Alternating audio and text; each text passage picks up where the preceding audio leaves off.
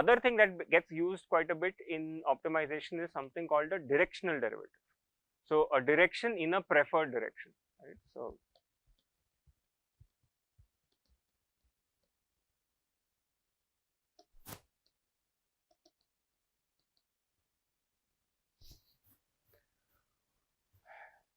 okay. So when I say directional derivative, I have to supply you with a direction. So let that direction be given by the symbol P. Okay. So before I go into the definition, let's get a geometric picture. What we're saying, rate of change of the function along the direction P. That is the meaning of directional derivative. Okay. Again, the definition is very intuitive, right? Take the function value along the direction P by making a small epsilon change and take the limit. That's all there is. So if I am at x, I need to go some small distance in the direction P. So how will I write that mathematically? Okay, something simpler. Projection was what was said. I want to denote a small walk along the direction P starting from x. How will I write that? X plus some small number times P. Will it do it? It will do it, right? So this is the picture. Supposing this is the origin, this is x over here, this is the direction P. Okay, P typically will be specified by a unit vector, so it will have unit length, but I don't want that. I want a small distance over here. So I'm going to define this as epsilon times P, small vector over here. So this is going to be x plus epsilon P minus what? F of x divided by what? Epsilon, obviously limit epsilon tends to 0. Okay. Yeah. I'm going to take P to be a unit vector. Okay. Typically, when I say direction, I would specify it in terms of unit vector. Okay. So the symbol for this is written often like this.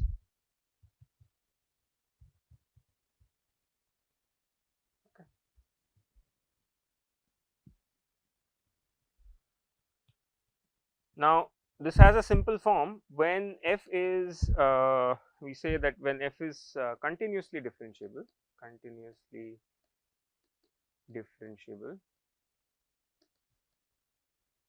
you can show that there is a nice form for this.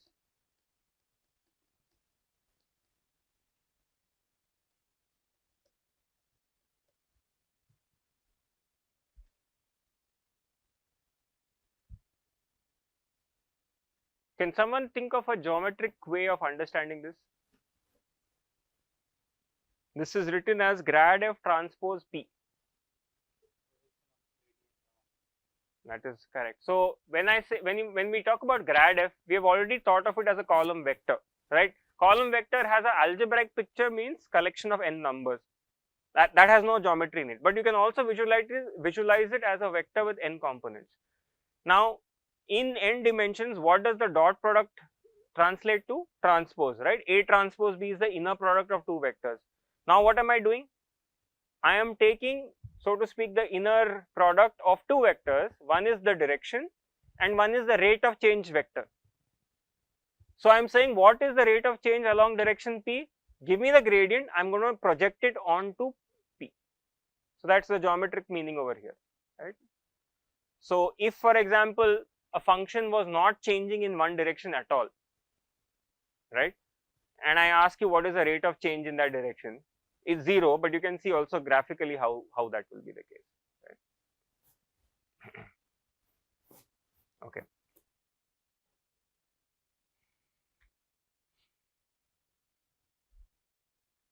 Okay, so I think the final couple of things is one is just a definition, which I spoke about at the start, which is the generalization of second derivative, which is called the Hessian. Okay. Hessian matrix, which is essentially a matrix of second derivatives. Okay. and let's for simplicity take f is Rn to R, so scalar value. Yeah.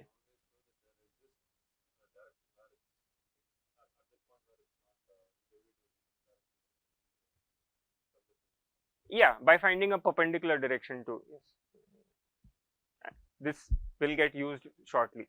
Okay. Right. So this is also written as del 2 f. Okay, and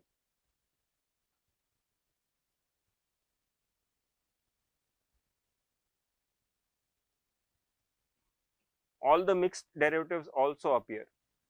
Okay. Then this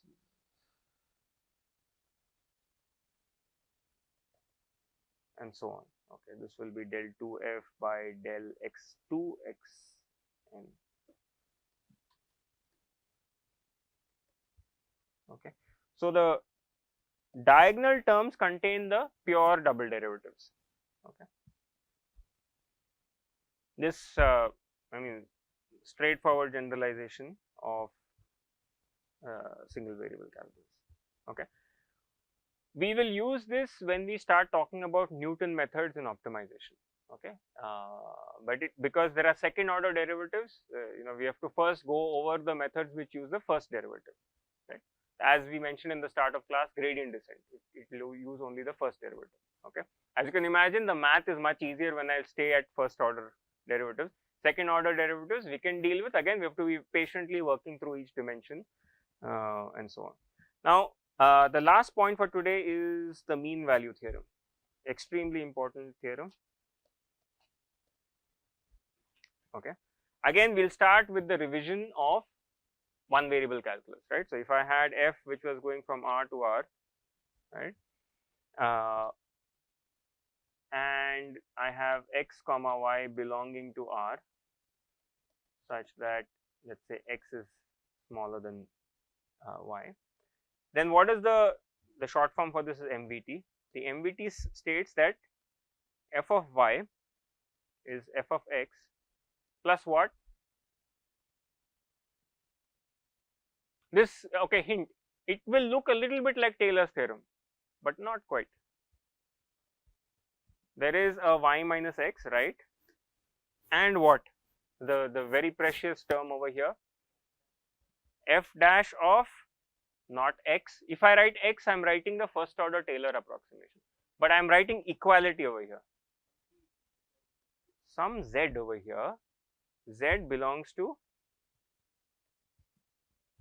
x comma y. So this is not approximate, this is exact. So what is it saying is that I can tell you the value at a point y exactly if you can if allow me to use the derivative at some intermediate point z. Okay, so this is not an approximation, this is exact, right? But the trouble is I don't know what z this is. So that's what you have. Now if I want to extend this to f that is going from Rn to R, right? So y is some point a little further from x. So I'm going to generalize it over there. So I'm going to write this as f of x plus p. Okay, the first term will be, if you were defining it, first term you would write as f of x. Very good. Okay, second term what would you write? We know that f dash is going to get replaced by grad, right? So I'm going to write grad f over here. Okay, and z was some point between x and y. So in this case between x and p, right? So the way to write this intermediate point, again very simple geometry, I will say x plus alpha p. Okay, alpha is a scalar. If I say alpha lives in 0 comma 1, okay, in fact, right? So as it tends to 0 I am at x, and as it tends to 1 I am at x plus p. So I am going from starting point to ending point. What should I multiply it by? I had y minus x. In this case, y minus x would be p. This is nearly done. There is one missing bit. There has to be a transpose for it to be a legal multiplication, right?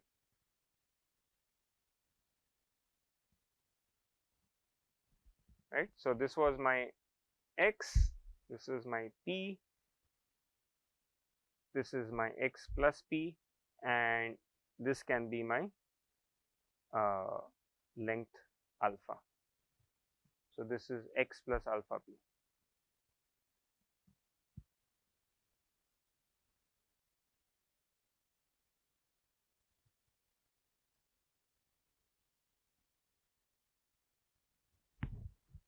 Okay, so that brings us to a conclusion of the review of calculus, right? So I'm sure you are seeing many of these things for the first time, right? How do we generalize starting from scalar to a vector case? And in all cases, there is no great fireworks or magic happening over here. You're just extending in dimensions, right? And doing the calculus properly, right?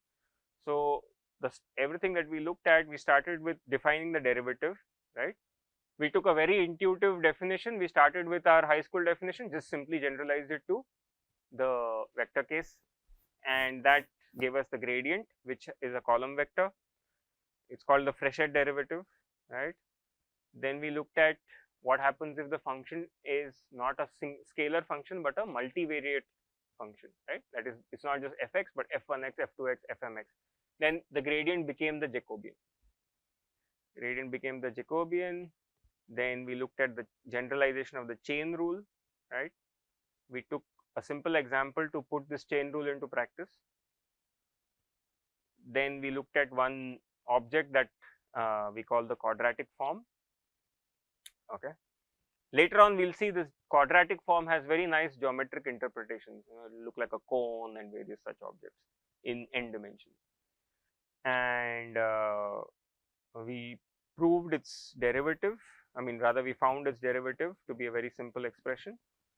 Looked at the directional derivative, and after defining the Hessian matrix, I looked at the mean value theorem. So if you look at the lectures on the class website, there's many places they will have some extra proofs, some extra examples. So you can go and have a look at that to brush up your understanding. Okay. Can you pass the chit, sir? Or you pass it? Okay. So open for questions.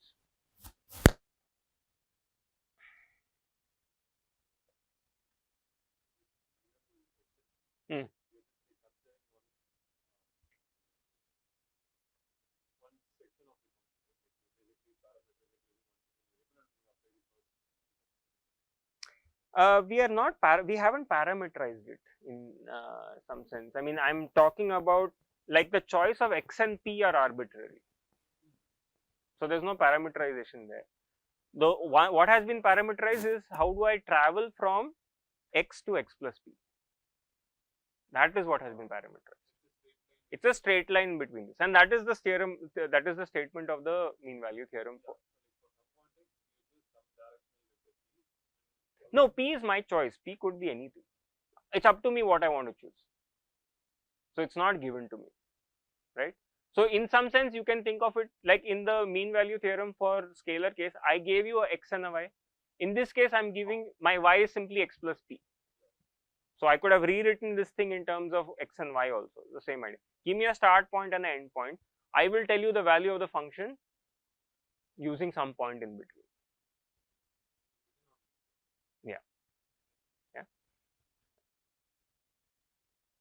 So I mean, in practically, what is it saying? Supposing I have some point x over here, it is saying that the value of the function over here can be determined in terms of the value of the function here, plus you can interpret this as a directional derivative, right? So in that sense, this is like a directional derivative over here, which will give me the value of f of y. So by the way, the proof is not very straightforward. So the class website has a derivation, I mean a link to a derivation which you can look at.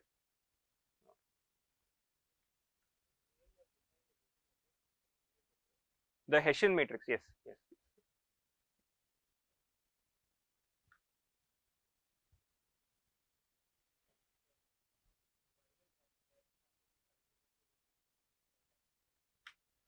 Why does f have to be continuously differentiable for this to happen? Again, I'm not going to prove it rigorously over here. There is a certain requirement over there, because what was the definition of continuous differentiability? That the derivative itself was continuous, right? It's not very obvious just looking at this definition why that should hold true, but it follows from rigorous derivation.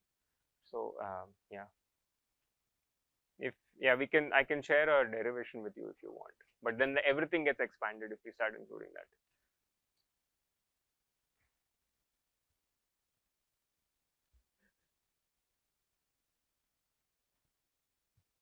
So to kind of give you some sense of the question at the start of the class, why does ML and related things only do gradient descent?